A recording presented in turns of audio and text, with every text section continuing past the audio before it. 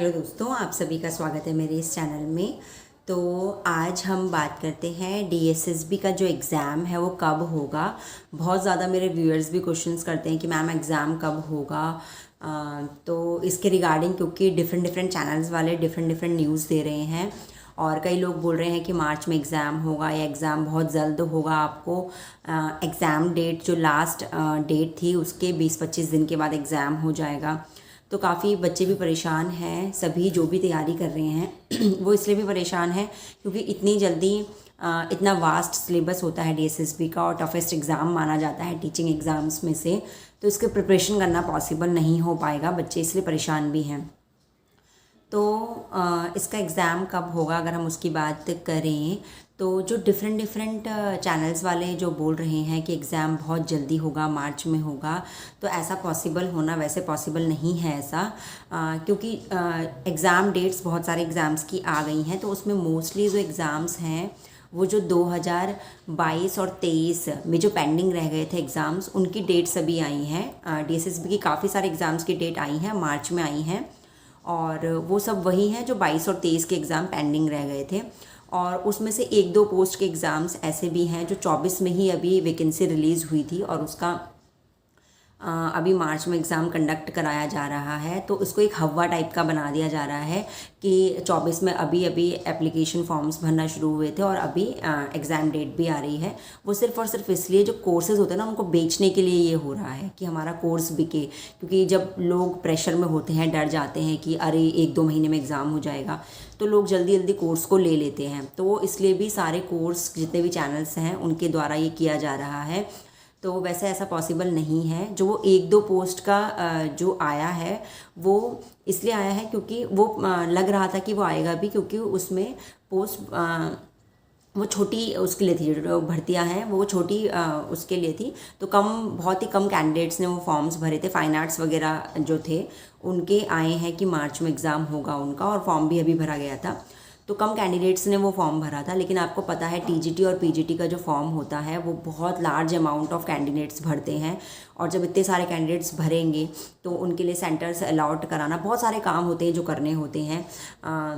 तो ये सब काम करने में टाइम भी लगता है, और जो टीचिंग एग्ज़ाम्स होते हैं उनको बहुत जल्दबाजी में नहीं कराया जाता है।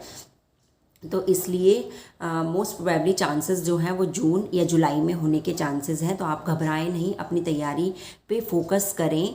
और जो एग्ज़ाम होगा टीजीटी और पीजीटी का वो चांसेस जून और जुलाई में ही हैं, क्योंकि मार्च का जो पूरा शेड्यूल है ना वो फिक्स हो चुका है।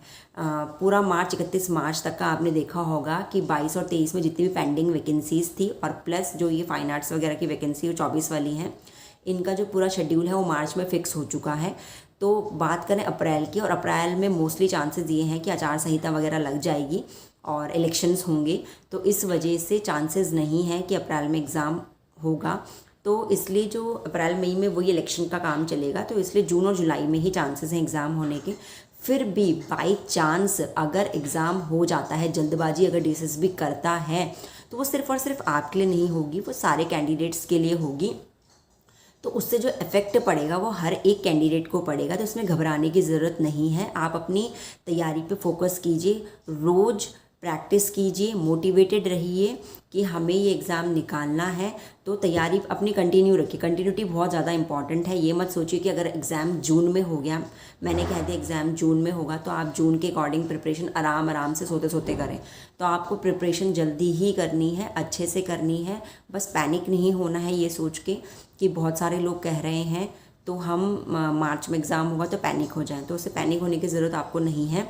और अगर बात करें कोर्स लें या ना लें, तो वैसे सबसे आपको भी पता है, आप इतने छोटे तो हैं नहीं, सबको पता है कि सेल्फ स्टडी ही करनी पड़ती है।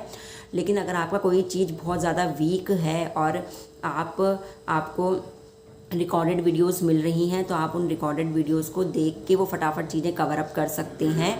लेकिन क्योंकि जो 80% होता है ना वो सेल्फ स्टडी के ऊपर ही होता है। आप कितनी भी कोशिश कर लीजिए कि आप सब कुछ कर लेंगे और आप कोर्सेज़ भी ले लेंगे और कोर्सेज़ लेने के बाद हो जाएगा, लेकिन 80% आपको सेल्फ स्टडी करनी ही पड़ेगी। कोर्सेज़ से बेनिफिट तब होगा, कोई चीज़ आपको बिल्कुल भी नहीं आती है तो आप उस पर्टिकुलर चीज़ का कोर्स ले सकते हैं, क्योंकि टाइम वेस्ट बहुत ज़्यादा हो जाता है। लाइव सेशंस होते हैं, 1-1.5 घंटे के लाइव सेशंस, उनमें केवल आधे घंटे की ही पढ़ाई होती है, बहुत ज़्यादा पढ़ाई नहीं होती है, और आधे घंटे की पढ़ाई के लिए आपका 1-1.5 घंटा वेस्ट हो जाता है।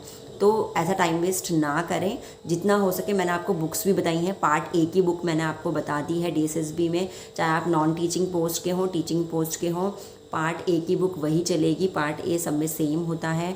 और मैंने आपको TGT PGT के लिए मैथ्स की कंसर्न सब्जेक्ट की बुक भी बताई हुई है, PGT और TGT के लिए। तो आपको जो भी चीज़ें बताई हैं आप उससे प्रैक्टिस करते रहिए, मॉक टेस्ट देते रहिए, और जितना भी हो सके बस प्रैक्टिस इज़ मोर इम्पॉर्टेंट। और कोई भी आपके क्वेश्चंस होंगे तो आप ज़रूर कमेंट सेक्शन में लिखिएगा, और वीडियो को लाइक, शेयर और चैनल को सब्सक्राइब ज़रूर कीजिएगा।